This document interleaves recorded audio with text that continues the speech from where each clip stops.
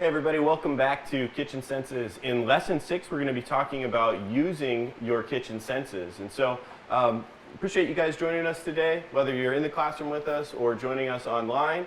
We are going to take a look at how we can use some of these kitchen senses and skills that we've learned throughout the other lessons and help utilize cost or some of these methods to improve cost as we're producing in the kitchen. So in Trim Sense Lesson 3, or Kitchen Sense Lesson 3, we learned about our Trim Sense program. And so the Trim Sense program talked about really three main areas of waste, and that was going to be production waste, overproduction, as well as spoilage. And so in this lesson, what we want to do is talk about how some of the sort of like more boring stuff in the kitchen, such as like being prepared with a prep list, having recipes that we follow, and just some things like that can help us be better stewards of the products that we bring into the kitchen. So let's jump into the first thing here, and that's understanding how to scale a recipe. So if we have, say, a recipe that yields, which we'll see commonly like, say, 12 people, or maybe 1 gallon. But in our production list for the day, we might need a recipe for, say, 24 people or 2 gallons. Understanding how to properly scale out that recipe and jump between some of the different measurements that we have in the kitchen is going to be really important. So what tools would we use in order to do that? So portion sizing becomes very important in that as well. And so, portion sizing can be monitored from something as simple as a portion cup, making sure that every dish gets the right amount of sauce, or even potentially a ladle, again, making sure that each dish or each larger pan gets the correct amount of sauce. And then from a scaling perspective, let's say we were running that gallon recipe and we needed to make sure that it was scaled out to a 2-gallon recipe. Understanding what the different measurements, so 4 quarts into a gallon or 4 cups into a quart, and just kind of being familiar with some of these things will help us scale these recipes.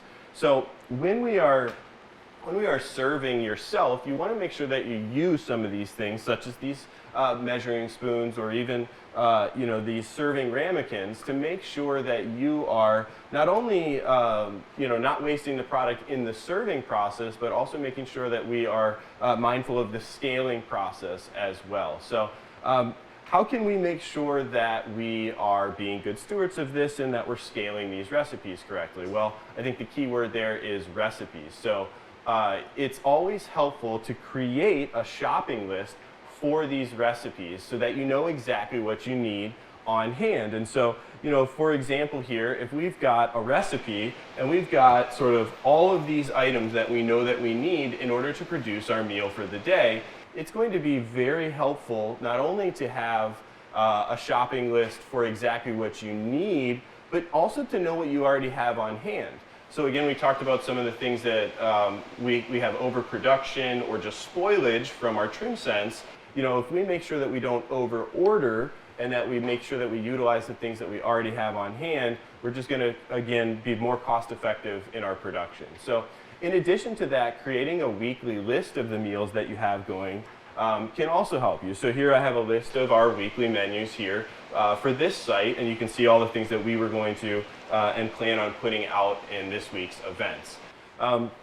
So let's talk about a couple of things that we can do to just be more efficient in our production. So we've got a food order, we've got some prep lists that we've put together, but we can also prep in ways that make a little bit more sense. And so doing all your meal prep at one time in a more efficient manner can also help with portion control. So in sort of the kitchen, we call this hotel style production. So you don't want to say, make 5 of this and make 5 of that. You want to go and you want to make all 500 of that one item so that not only are you more efficient with your time, but you're also more efficient with the products. Another helpful tip would be to make sure that you understand all the recipes that are going out in production that day. So if you need a cup of chopped garlic and one of your associates also needs some chopped garlic, you guys both chopping garlic is not going to be as efficient, and you'll both be wasting potentially as you have production waste. And again, these things can just help create synergy, and that will create lower cost and lower waste. So do all your meal prep, again, sort of in this hotel style. In that, we talked about when we have our shopping list, what items do we already have in the kitchen? And so if we say have 50 chickens that we need to cook, but I might have 10 chickens left over from a previous event. Knowing that I only need 40 chickens for the next event is going to obviously then save on production, save on labor, and then save on overproduction or potentially spoilage. So utilizing leftovers is just a huge benefit to cost and obviously waste from a spoilage perspective. So come up with clever ways that you can use these leftovers. You know, you can make a smoothie out of a leftover fruit salad. You can take everything, blend it up, maybe just a touch of sugar, maybe some lemon juice, and you can do smoothies for an event. You can turn a leftover taco mixture into a breakfast scramble. You can turn yesterday's rice into a great fried rice dish. And again, these creative ways that you can find and not only be aware of the items that are in your kitchen are going to help make sure that you're utilizing your kitchen senses to the best of your ability.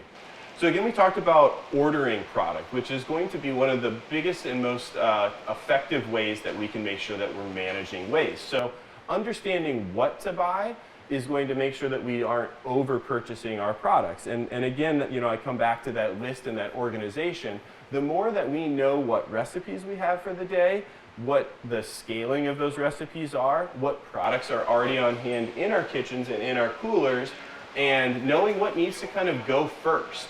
And so in the kitchen, we would call this like first in, first out, or FIFO. So we would want to know what items need to be utilized in this kitchen today so that we can make sure that they go out while the quality and integrity of the product is still intact, and we can utilize that product so that it doesn't end up on one of our trim sense, you know, spoilage list or overproduction list or something like that. So understanding what to buy starts with good recipes and good prep lists, as well as just a good inventory. Understanding the food item pack sizes is also a big piece of this. So if you're buying product from a store or even receiving donations, knowing that you're getting a case that maybe has 16 chickens in it when you only need 2 is going to be a big piece of this puzzle, right? So making sure that you're not over ordering based upon the pack size, and that, you know, potentially you're just subbing in some other items if you don't really have a use for, say, the other 14 chickens. BTO. So BTO stands for Bachman Turner Overdrive. They have a song, I'm dating myself here, called Let It Ride. And so the game we like to play in the kitchen when we're ordering food is you always want to find the BTO level on every food item. Or, you know, another way to say it would be the Let It Ride level. So if I've got, say, a pound of sugar left, and I've got 5 days left in this production week, is that pound of sugar typically going to get me through this week?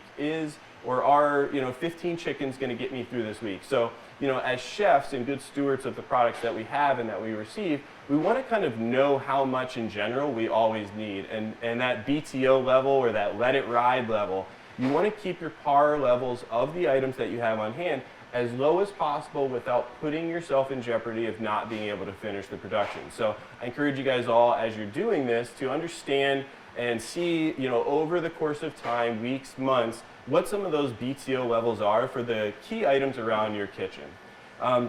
Along with that is food item yields. And so, you know, if a watermelon has the rind that needs to be sort of trimmed away, or a cantaloupe or a pineapple, any of these fruits, understanding that, you know, one pineapple doesn't necessarily equal, you know, X amount of pounds. You know, it will roughly, once it's clean, produce, you know, a certain amount of yield. Same thing with cooking a chicken. You know, you've got a 5-pound chicken, but once you cook it, trim it, and clean it, and get it ready for the recipe, you might only have 3 pounds. So also understanding food item yields, critically important. And sort of the last sort of boring one in this is cost of goods, or COG, as we would call it in the kitchen. And sort of this is like the math is fun area. This is where you just get your calculator out, and you need to understand some of the basic concepts around cost of goods. And so the simple way to look at this is, what was our purchase price, and what amount of labor or, you know, time do we have into this meal, and then, you know, what is sort of the price that goes out the door? And so, like, what is the cost to us as stewards of the business in order to produce this meal? And so understanding that formula and that relationship between what did it cost to get this product in, and what is it going to cost to get this product out, and sort of what's left in the middle is also a very important piece of this, because certain products are going to have a much higher cost of goods.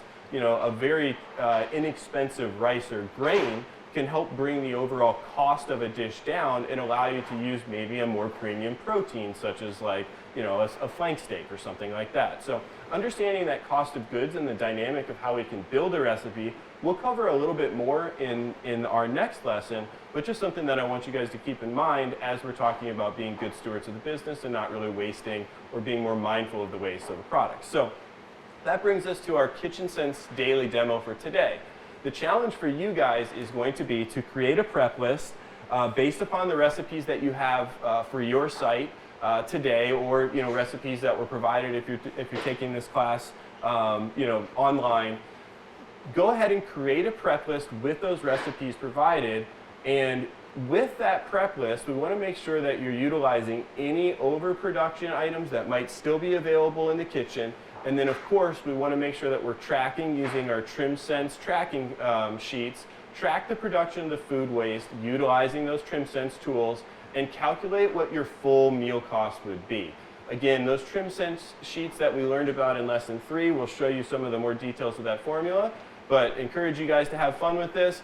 We call it kind of like the cooler dive. Go make sure that you're utilizing these products. Let's utilize these recipes, and let's see if we can create a cost-efficient meal for today's meal prep. Enjoy, guys. Take care.